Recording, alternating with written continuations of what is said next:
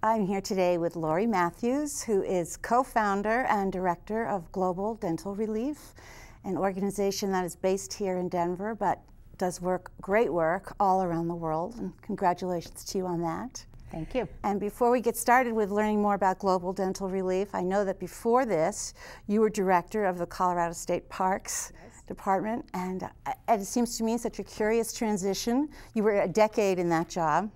And so tell me about the transition from that job to starting up Global Dental Relief and how the idea came to you. Well, I guess what they both have in common is I like to do things that I think make a difference. And working on environmental policy, which was my career for about 30 years, ending with the park system was wonderful service, trying to work with the environment and youth and education.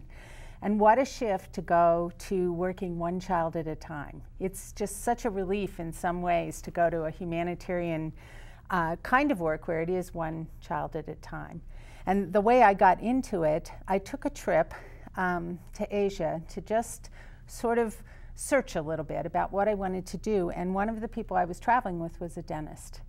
And we came across, it had never occurred to me that there are children who never see a dentist in their life. And as I watched his work, I realized I may not be a dentist, but I know how to organize people, and I know how to motivate and find volunteers and have a great time with them, and that was the start. And so what was the next step? After you were inspired by this, how did you actually turn it into reality? A very scary step, to sort of a jump off a cliff to say, I'm going to make this happen and I don't know what it looks like, and certainly did some missteps. But the first thing I did was form a 501c3 charity and get a board and create a vision, which was to provide dental care to children. That became clear early because the dental needs are so big in adults. It's better to catch them as children and give them education as well. And then I headed over to Nepal. I thought I'll just live there and it'll all make sense.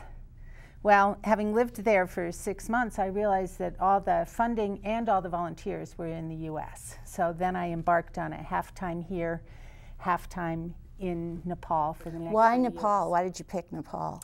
Oh, in my travels, I fell in love with Nepal. There's a school of 500 children there that we're still based at. And these children, they come from homes that are an average of 7 days walk from the nearest road.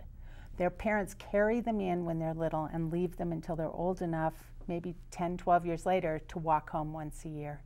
And I just fell in love with these children, and the school wanted us to stay and provide care. And what was the name of that town? That's in Kathmandu, in the capital. So you spent 6 months there, and was it a frustrating 6 months in a way, trying to get this off the ground, and you decided you had to come back to the US to make this work? It was an amazing 6 months. You know, it just wrenched me out of everything I was comfortable with, and I didn't know that it got that cold and there was no heat, and you know, the amount of hardship, as Americans, we're just not used to hardship. And you know, you get very attached to small things that you don't have. On the other hand, it's just a hugely invigorating, very adventuresome, so it was an amazing experience. But the plain fact was I could be much more effective if I came home, and I missed my friends and family. So by coming home and running the organization, going to dental conventions here to find dentists, getting my friends to come on trips, and a wonderful friend of mine, Kim Trogio, is our assistant director, or she's the director of Global Dental Expeditions, and she offered to organize all the trips. So all of a sudden, instead of one dentist at a time, we took teams of dentists. And that was really where we made the leap that made this successful. So after Kathmandu then, and with Kim coming on board, what was the next and first sort of official trip you did with multiple dentists and volunteers in tow? Another leap off the cliff. Kim emailed me and said, well, what if I brought 5 dentists? Could you put them to work? And I thought, well, let's see.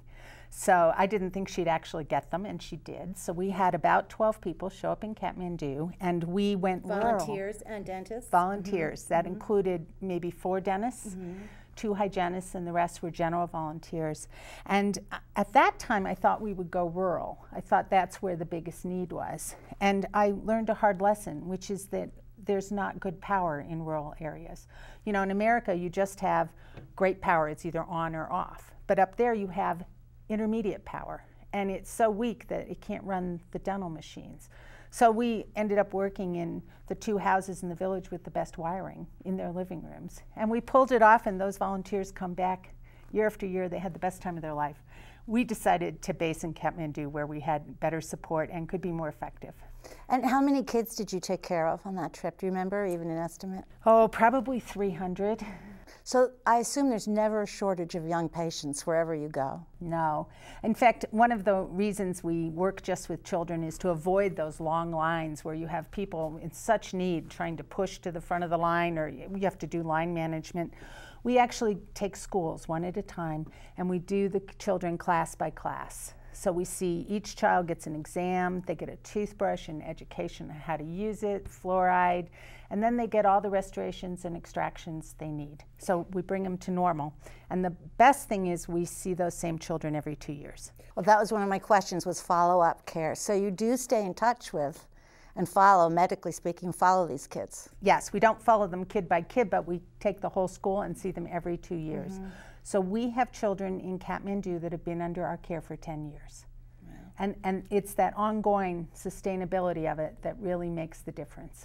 It's really wonderful. Now, you've spread out now far beyond Kathmandu. Tell me about some of your other destinations and how they came to be on your radar screen, how you put it all together. We're working in Kathmandu, and for a couple years there was a lot of unrest there. It's been resolved now. But one of the organizations we work with said, well, why don't you come with us to northern India? And we work now in a place called Leh. It's at 12,000 feet in elevation in India, and it's like a little Tibet. It's a little Shangri-La, absolutely wonderful place. It's not as much that it's poor as that it's remote. So we work with partners there. We expanded there, and then when Nepal was safe, we decided we could work in both countries. A little later, we found a wonderful dental partner in Vietnam. And so again, you know, this model is replicable. If you find a good host in the country that knows the situation, knows how to register your volunteers, and can give you the support, we can arrive in and put our same system in place most anywhere. Mm-hmm. And more recently, we spent time in Guatemala looking for a partner there because all of our other trips take so long to get to and are so lengthy and expensive. We wanted something short for people, a starter trip. Mm-hmm. So we now run 3 to 4 camps a year and treat several thousand children in Guatemala. And this February, we began in Kenya. Mm-hmm. Wow. For the first time? For the first time, and that came out of the blue. They, the Presbyterian Church in North Dakota had built a 10-chair dental clinic, and they wanted to know if we would just, it's sitting there, ready to use, so would we bring groups over? That trip filled in 3 days when we announced it. So. Wow.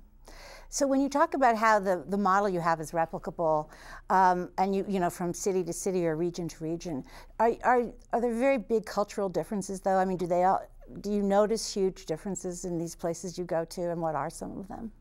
Well, we absolutely do, and we're careful to match volunteers with what we think they'll be comfortable with. If they're going to India, I ask them if they like to camp. Mm-hmm. It's not that it's so rugged, but it's so far away, and you know, if not having a hot shower every night is a major issue for you, we will probably suggest that you go to one of the countries with better creature comforts. So Vietnam has absolutely lovely accommodations and fabulous food. Nepal has the mountains and the adventure. India has high adventure and it's very remote. They all have their own characteristics, and what we find is most of our volunteers, if they go to one, they go to all of them. They get just captivated by the fever. Right. Yes, it's wonderful. And this would be a good place for me to maybe describe our volunteers. Yes, please. Each trip, what we do is we have 6 dental chairs. So that's maybe 4 or 5 dentists and 1 or 2 hygienists, and they provide all the dental care for the children. Then each camp needs up to 10 general volunteers. This is people like you or me. I mean, I have no dental background, and our jobs are everything from getting the records to the children, managing the lines of kids, teaching them toothbrushing, assisting the dentists, and it's those 10 people that are really the glue that make all this work. So that's the kind of team. No experience at all. In fact, the less the better, and we just have a wonderful time. I think that the general volunteers spend so much time close to the children. It's just a wonderful experience.